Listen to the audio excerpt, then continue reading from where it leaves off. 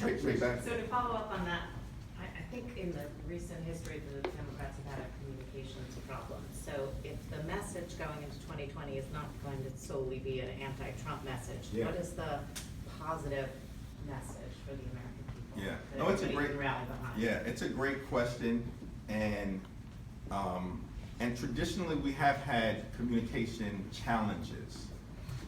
And we've had our communication challenges in part for good reason. When we came back after the 2016 election, and David talked about this, you know, we were knocked down on the ground.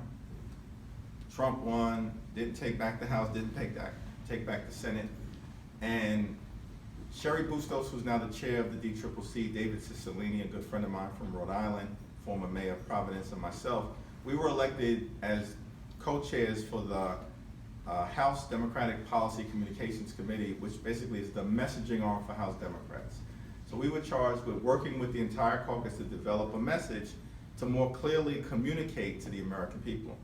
And I remember that in our first presentation to the Democratic caucus, we put up a quote from Thomas Jefferson, which said, "On matters of style, swim with the current. On matters of principle, stand like a rock." And our view was, if we're gonna be successful in 2018, this is a precursor to what we need to do obviously in 2020, we're just kind of laying it out, in terms of the framework with which we approach this, we're gonna have to, we will never abandon our principles. We believe in liberty and justice for all, equal protection under the law, government of the people, by the people, for the people. These are core principles House Democrats will always stand by. But for us to shift public sentiment, we can change the way that we communicate. And we identified the chief problem as the following dichotomy. Republicans talk in headlines, Democrats talk in fine print. Now, we talk in fine print because we believe in governing. And in order to get things done, by the way, Social Security, Medicare, Medicaid, Head Start, Living Wage, Civil Rights Act, Voting Rights Act, Fair Housing Act, Affordable Care Act, these are all Democratic initiatives. If you want to get things done for the country, you have to master the fine print. But we said, you govern in fine print, you communicate, you message, you persuade in headlines. Yeah. Trial lawyers understand that. Yeah. And this firm does it incredibly well.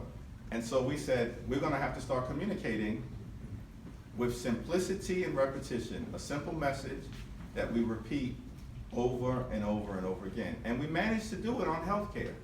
And so the election became about healthcare and lowering healthcare costs and protecting people with pre-existing conditions. And they obviously handed us the ammunition as it relates to their initial effort to try to take away and rip away the Affordable Care Act, and we stayed on it through the end, and we were successful.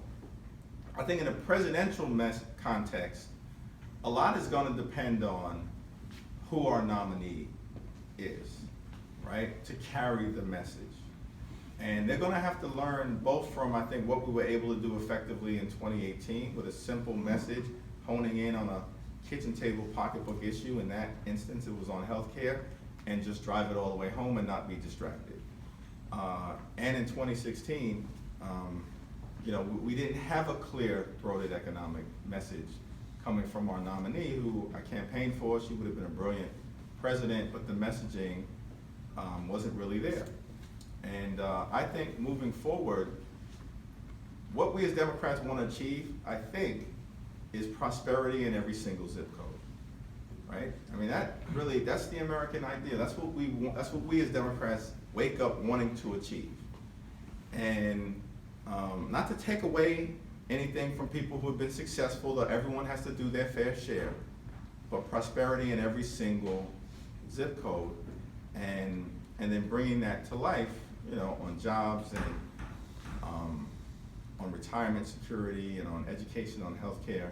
You know, we'll have to see where that goes. And we look forward to working with whoever the nominee is to make sure that they have a sharp economic message that's aspirational and that's hopeful in 2020.